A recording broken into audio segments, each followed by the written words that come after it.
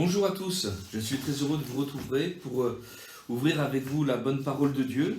Nous allons le faire sans plus tarder en lisant dans l'évangile selon Luc au chapitre 5e et au verset 17, le texte suivant qui nous dit ceci. Un jour, Jésus enseignait. Des pharisiens, des docteurs de la loi étaient là, assis, venus de tous les villages de la Galilée, de la Judée, de Jérusalem. Et la puissance du Seigneur se manifestait par des guérisons.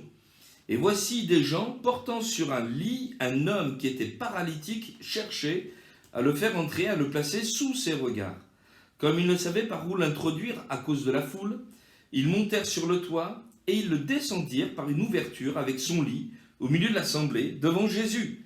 Voyant leur foi, Jésus dit « Homme, tes péchés te sont pardonnés. » Les scribes et les pharisiens se mirent à raisonner et à dire « Qui est celui-ci qui profère des blasphèmes? Qui peut pardonner les péchés ?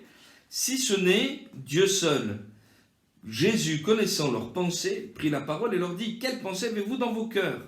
Lequel est le plus aisé, le plus facile de dire « Tes péchés te sont pardonnés » ou de dire « Lève-toi et marche. » Or, afin que vous sachiez que le Fils de l'homme a sur la terre le pouvoir de pardonner les péchés, je te l'ordonne, dit-il au paralytique, lève-toi, prends ton lit et va dans ta maison. Et à l'instant, il se leva en leur présence. Il prit le lit sur lequel il était couché et s'en alla dans sa maison, glorifiant Dieu. Tous étaient dans l'étonnement et glorifiaient Dieu, remplis de crainte. Ils disaient, nous avons vu aujourd'hui des choses étranges. Amen. Et oui, une chose particulièrement étrange, est de voir un homme paralysé, un homme paralytique se remettre à marcher, prendre son lit sous le bras et rentrer chez lui en glorifiant le nom du Seigneur. C'est ce qui s'est passé lorsque Jésus s'est retrouvé dans Capernaum alors qu'il enseignait dans la maison où il se trouvait. Et voulons croire que le Seigneur est capable encore de faire ses œuvres encore aujourd'hui, parce que Jésus-Christ, il est le même, il ne change pas, il est le même hier, il est le même aujourd'hui, il est le même éternellement, à lui soit la gloire. Je voudrais partager avec vous, au travers de ce texte que nous avons vu, le fait que la foi nous met en mouvement. Jésus nous met en mouvement. Je voudrais parler d'une foi en mouvement. Vous avez remarqué que ici tout bouge, tout semblait figé, tout semblait arrêté, un petit peu comme ces hommes religieux qui étaient assis autour de Jésus, qui ne bougeaient pas. Mais voilà, il y a 4 hommes qui vont amener leur ami paralytique devant le Seigneur Jésus, et là tout va bouger, tout va se mettre en mouvement, à commencer bien sûr par ces 4 hommes, mais le Seigneur aussi agit, et finalement ce paralysé va agir. Vous savez, l'Écriture nous dit dans le livre des Actes au chapitre 17 au verset 28, en Dieu nous avons la vie, le mouvement et l'être. Dieu est celui qui nous met en mouvement. Nous voyons bien combien nous pouvons être dans une période de souffrance lorsque nous sommes obligés de ne pas bouger comme actuellement dans ce temps de confinement. Nous savons bien même que la privation de liberté est une souffrance pour n'importe quel être humain. Mais Dieu est capable, lui, de nous mettre en mouvement. Même si nous pouvons être arrêtés physiquement, l'œuvre de Dieu se poursuit. Et je voudrais peut-être dire à quelqu'un qui est figé dans sa vie, qui est arrêté peut-être dans son passé, qui est arrêté dans ses projets, Dieu veut te mettre en mouvement. Lorsque nous définissons l'œuvre de Jésus-Christ, il y a quelques mots que nous employons et qui viennent de la Bible. Jésus nous fait passer de la mort à la vie, des ténèbres à la lumière. Il nous fait passer du royaume de Satan au royaume de Dieu. Jésus-Christ est vivant. Il a vaincu la mort et il est capable de mettre en mouvement n'importe quelle vie qui est arrêtée. Et je voudrais que nous puissions nous interroger sur notre foi, sur notre vie. Est-elle en mouvement? Es-tu arrêté spirituellement ou es-tu en train de cheminer avec Dieu? Alors, vous avez remarqué que dans la traduction de la Bible que nous avons lue, qui est la traduction Louis II, dite 1910, il nous est donné ici plusieurs participes présents. Alors, je ne veux pas vous faire retourner à l'école élémentaire, à l'école primaire, mais je voudrais vous rappeler ce que c'est qu'un participe présent. Un participe présent, il définit l'action qui caractérise quelqu'un et qui s'ajoute à son identité. Un participe présent ajouté à un nom, eh bien, caractérise cette personne qui est définie, eh bien, pour donc caractériser eh bien, son identité par rapport à une action. Et ici, dans ce texte, nous avons 4 participes présents que nous allons retenir et qui vont nous aider à construire notre réflexion. Le premier, au verset 18, il nous est parlé de ces hommes qui portaient eh bien, leur ami auprès de Jésus. Ils étaient portants, hein, au verset 18, si voilà, je ne m'abuse, il nous est dit, portant sur un lit un homme qui était paralytique. Au verset 20, il nous est parlé de Jésus aussi qui est en mouvement, voyant leur foi. Jésus voit leur foi, comme quoi la foi, ça se voit. Et puis le verset 22 nous dit ceci également, Jésus connaissant leurs pensées. Il peut y avoir du mouvement dans nos pensées, il peut y avoir des choses, un bon mouvement ou un mauvais mouvement. Et puis il nous est parlé au verset 25, pour terminer, eh bien que cet homme qui est guéri à présent par le Seigneur et qui rentre chez lui, eh bien il était comme glorifiant Dieu. Donc nous voyons là des participes présents, des verbes d'action qui s'associent à chaque fois eh bien, à une situation et à un personnage, à commencer par le Seigneur. Alors je voudrais que nous puissions nous intéresser au premier participe présent qui va définir également ce qu'est la foi. Ces hommes étaient en train de porter eh bien, leur ami qui était paralytique. Le mot est bien porté. Ici, ces hommes viennent vers Jésus avec leur ami paralysé. Cet homme est dans une souffrance, mais Jésus est là. Et il se passe quelque chose, c'est que, tandis que peut-être, humainement parlant, tout aurait pu s'arrêter en disant, mais il n'y a plus d'espoir, mais la présence de Jésus lui-même met en mouvement ces hommes qui vont apporter leur ami auprès de Jésus. Vous savez, il y a quelque chose de merveilleux dans la personne de Jésus-Christ, c'est qu'il suscite la foi, il nous met en mouvement. Et ici, ces hommes sont venus pour apporter au Seigneur, eh bien, cet homme qui était paralysé, qui était arrêté. Et peut-être que quelqu'un est en train de porter un poids. Peut-être quelqu'un est en train de porter un fardeau, le fardeau de sa propre vie, le fardeau de ses péchés, le fardeau de son passé, peut-être même le fardeau eh bien, d'une situation familiale qui vous pèse.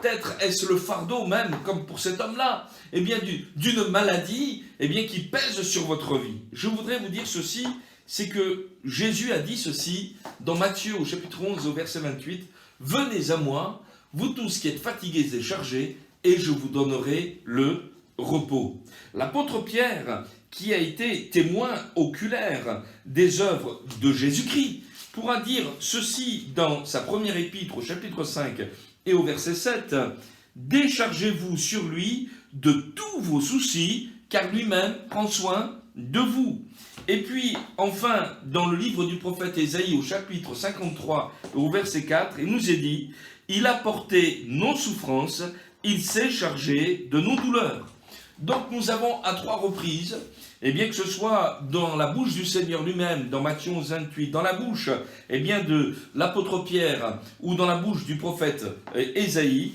la même pensée eh bien, qui nous invite à nous décharger de nos fardeaux auprès du Seigneur. Et ces hommes qui étaient avec eh bien, leur ami paralysé l'ont amené afin de déposer eh bien, leur fardeau auprès du Seigneur. Et je voudrais vous poser cette question.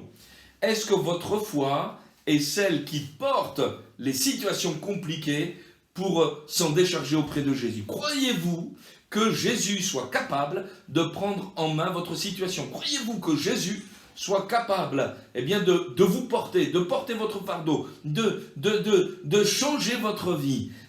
Ces hommes y croyaient de tout leur cœur. Jésus suscite la foi.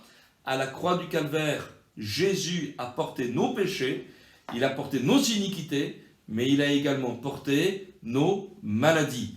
Et je crois de tout mon cœur que celui, selon ce que l'Écriture nous dit, eh bien, qui croit dans ces choses-là, verra la gloire eh bien, de Dieu. Jésus eh bien, veut nous inviter à nous approcher de lui et à déposer cette charge. Et je voudrais dire peut-être à quelqu'un qui dit peut-être, mais en réalité le fardeau, c'est pas mon passé, le fardeau c'est moi-même. J'ai l'impression que tout ce que je fais, eh bien, tout ce que je touche, eh bien, excusez-moi de cette expression, c'est comme si je transformais l'or en plomb. Je n'attire sur moi eh bien, que de la détresse, que des temps de malheur. Mais je voudrais vous dire ceci, si les gens se désintéressent de vous, si vous avez une considération comme cela à votre égard en disant « mais je suis un espèce de boulet », eh bien je voudrais vous dire que non, Dieu vous aime, vous n'êtes pas un poids pour le Seigneur, mais Dieu vous a tellement aimé, et il vous aime tellement encore, mais il vous a tellement aimé qu'il a donné son fils unique, afin qu'il porte votre fardeau et qu'il vous donne une vie nouvelle. Acceptez que Dieu puisse vous aimer et porter eh bien, votre situation auprès de Jésus, comme ces hommes l'ont fait, et Jésus les a vus. Parce que dans ce texte, nous voyons que non seulement Jésus suscite la foi et que des hommes se sont mis en mouvement eh bien, auprès du Seigneur, mais mon deuxième point est de dire eh bien, que Jésus lui aussi était en mouvement. Le Seigneur a vu eh bien, ces hommes qui étaient en train de venir vers lui. Il y a quelque temps en arrière, nous avons été touchés avec ma famille lorsque nous sommes passés auprès d'un centre commercial dans le centre-ville et nous avons vu là un SDF qui était assis et qui avait mis eh bien, un petit écriteau eh bien, devant lui. Il était assis à même le sol et il y avait ce petit écriteau fait en carton et il était écrit dessus « Je ne suis pas invisible, je ne suis pas invisible ». Cet homme voyait des centaines, peut-être des milliers de personnes passer chaque jour devant lui, des gens qui passaient sans le voir, qui le regardaient eh bien, sans s'intéresser à lui. Et cela nous a touchés de voir que cet homme qui était fait de chair et de sang, qui était là, eh bien, disait « mais je ne suis pas invisible ». Et je voudrais vous dire ceci, eh bien, vous n'êtes pas invisible aux yeux de Dieu. Dieu vous voit de nombreuses reprises dans l'Écriture. Nous voyons eh bien, que la Bible décrit que Jésus vit telle personne dans la souffrance, un homme avec une main sèche. Dans la Bible, il nous est dit à plusieurs reprises eh bien, que Dieu vit tel homme, telle femme dans la souffrance. Il vit une femme nommée Agar dans le désert. Il vit Moïse, il vit Abraham, il vit tel homme, telle femme. Et il est venu pour nous dire, eh bien, je te connais, je te vois, je t'observe et je veux t'apporter la solution. Parfois, le problème est que nous regardons ailleurs, nous regardons à un autre secours et nous ne voyons pas que Dieu est en train de nous observer, que les regards de Dieu sont vers nous. Et je voudrais peut-être nous stimuler à nous regarder vers Jésus. Dans le psaume 34, le psalmiste David dira ceci, « Quand on tourne les regards vers lui, on est rayonnant de joie, et le visage ne se couvre pas de honte. » Tournez vos regards vers Jésus, parce que Jésus a vu leur foi. Il a vu ce qui était en train de se passer. Il a vu le cheminement dans leur cœur, la conviction que s'ils amenaient leur ami auprès de Jésus, tout allait changer. Il l'a vu qu'il croyait qu'il était le Fils de Dieu, qu'il était capable de faire ce que les hommes eh bien, sont incapables de faire, c'est-à-dire eh bien, de faire un miracle. Et Jésus a vu leur foi et Jésus leur a parlé. Lorsque cet homme a été placé sous les regards de Jésus, eh bien, Jésus a dit à cet homme-là, tes péchés, mon enfant, tes péchés sont pardonnés. Peut-être vous et moi, on aurait pu se dire, mais enfin, Seigneur, c'est pas de ses péchés dont il a besoin d'être pardonné, il a besoin que son corps soit guéri. Mais voyez-vous, le regard de Dieu va au-delà des circonstances matérielles eh bien, de notre monde, mais il a un regard qui plonge jusque dans l'éternité. Et Jésus sera celui qui dira, eh bien, à quoi servirait-il à un homme de gagner le monde entier s'il perdait son âme? Au-delà eh bien, d'un corps physique paralysé, cet homme avait une âme éternelle. À quoi ça servirait d'avoir un corps, de gagner toutes les médailles olympiques si l'athlète couronné passait son éternité en enfer? Et Jésus est venu pour purifier eh bien, nos péchés, nous laver de nos péchés, nous purifier, nous pardonner.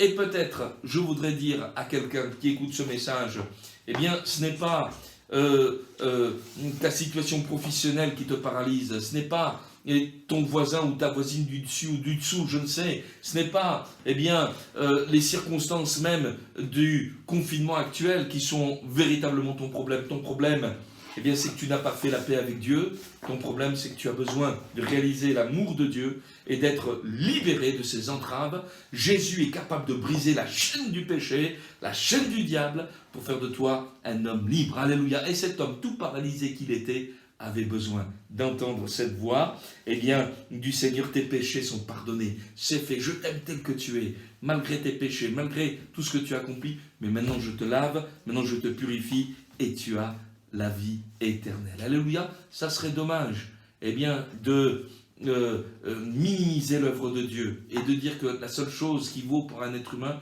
c'est d'être guéri. Merci Seigneur pour la guérison, parce que lorsqu'on est malade et que l'on souffre, c'est quelque chose de terrible, mais nous avons besoin d'une espérance et d'un avenir, la vie éternelle que Jésus nous donne. Et puis, alors mon troisième point, et il est là en disant que Jésus a connu les pensées de ces hommes. Et ces hommes, eh bien, qui étaient là en train de voir le miracle, et avant le miracle, la parole du Seigneur, homme, tes péchés, eh bien, te sont pardonnés, ça s'est mis à cogiter, ça s'est mis à réfléchir, ça s'est mis à penser.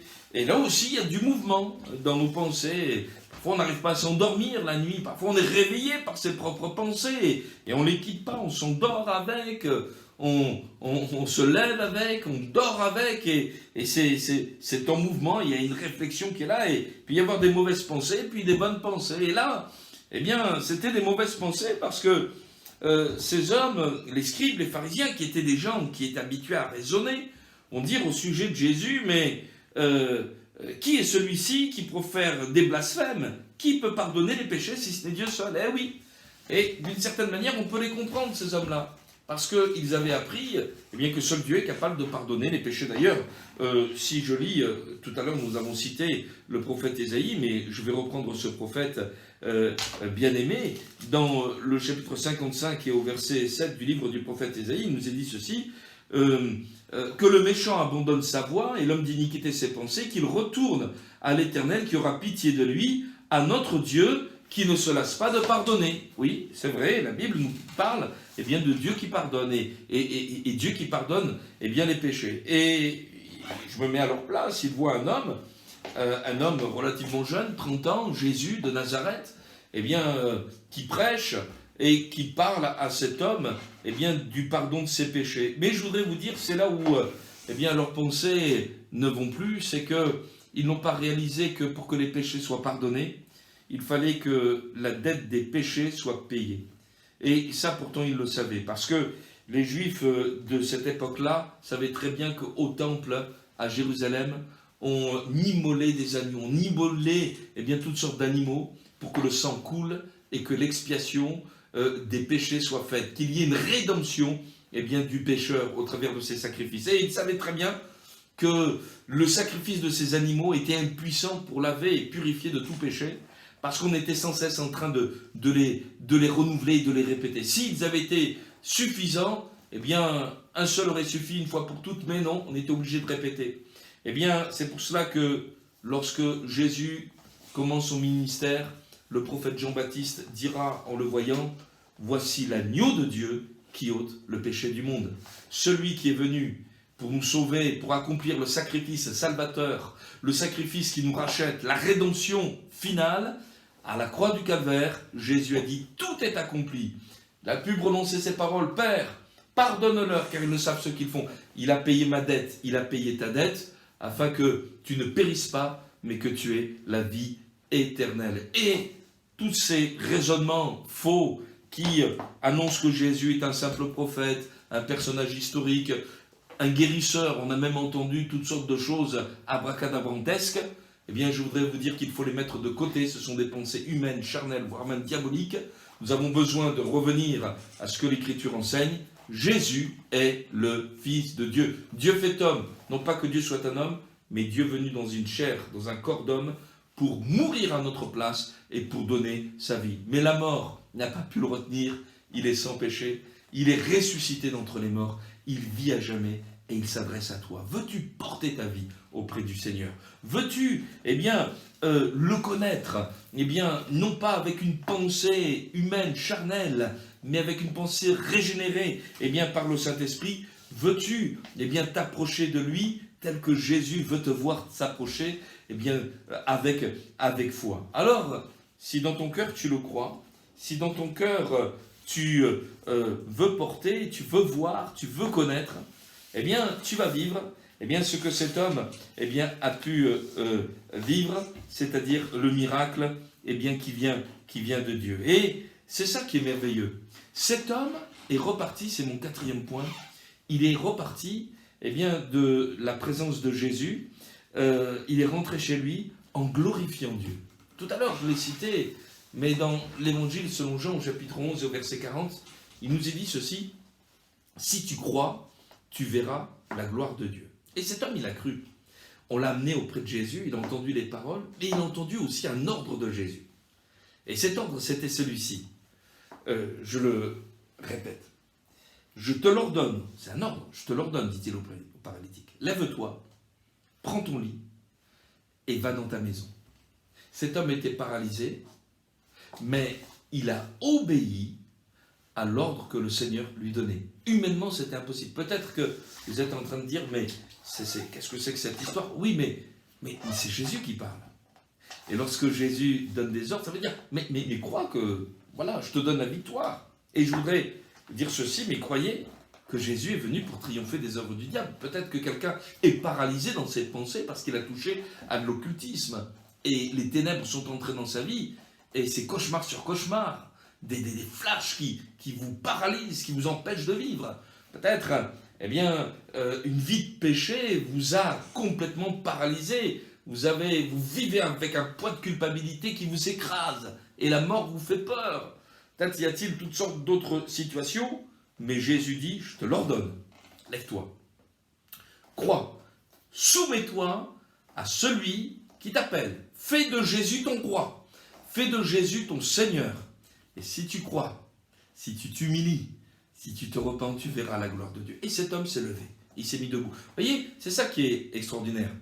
Plus on se soumet au Seigneur, plus on devient libre, plus on s'humilie devant lui, plus il nous relève et nous fait voir eh bien, sa gloire. Parce qu'il faut que ce soit lui qui règne. Il faut ne plus se laisser aller aux ténèbres, il ne faut plus se laisser aller au péché, il ne faut plus se laisser aller à quelque déviance que ce soit. Les temps sont proches, Jésus revient bientôt, il faut que ce soit vraiment sa pleine lumière et qu'il puisse nous retrouver, non pas assis, endormis, mais qu'il puisse nous retrouver tous debout, prêts pour eh bien, son retour. Et cet homme eh bien, est rentré chez lui eh bien, en marchant. Jésus dira à ses disciples dans l'évangile selon Luc, encore, et au chapitre 10e, je vous ai donné le pouvoir de marcher sur les serpents, sur les scorpions, sur la puissance eh bien, de l'ennemi. Alors, n'essayez pas de marcher au sens propre sur des serpents et des scorpions, c'est pas ce que le texte veut nous dire, mais il veut nous dire sur la puissance de l'ennemi, sur les ruses de l'adversaire. Jésus eh bien, nous donne eh bien, cette autorité, c'est l'autorité eh bien, des enfants de Dieu. Et cet homme qui était parti vaincu, repart vainqueur. Et c'est lui qui porte maintenant ce grabat qui lui servait de lit. Ce n'est plus le lit qui le porte, mais c'est lui eh bien, qui le porte. Et il rentre chez lui en glorifiant Dieu. Quelle image, quelle perspective, quelle gloire. La victoire est entrée eh bien, dans cet homme. C'était gratuit, la grâce de Dieu. Là où le péché a abondé, la grâce de Dieu a surabondé. Dieu nous fait grâce. Il n'y a pas eu de commerce mercantile. Vous savez, le but de cette vidéo eh bien, est simplement de vous mettre en rapport avec l'Écriture et que vous ayez votre propre démarche de foi et que, vous appuyant sur ce que la Bible dit, vous puissiez rencontrer Jésus et vivre une semblable victoire. Parce que Dieu vous aime. Dieu vous aime, n'en doutez point. Je termine en vous disant, eh bien, soyez de celles et ceux qui croient une foi en mouvement, qu'il y ait du participe présent dans vos vies, une foi vivante dans laquelle vous pourrez voir Dieu installer son règne et sa gloire parce qu'il vous aime. À très bientôt.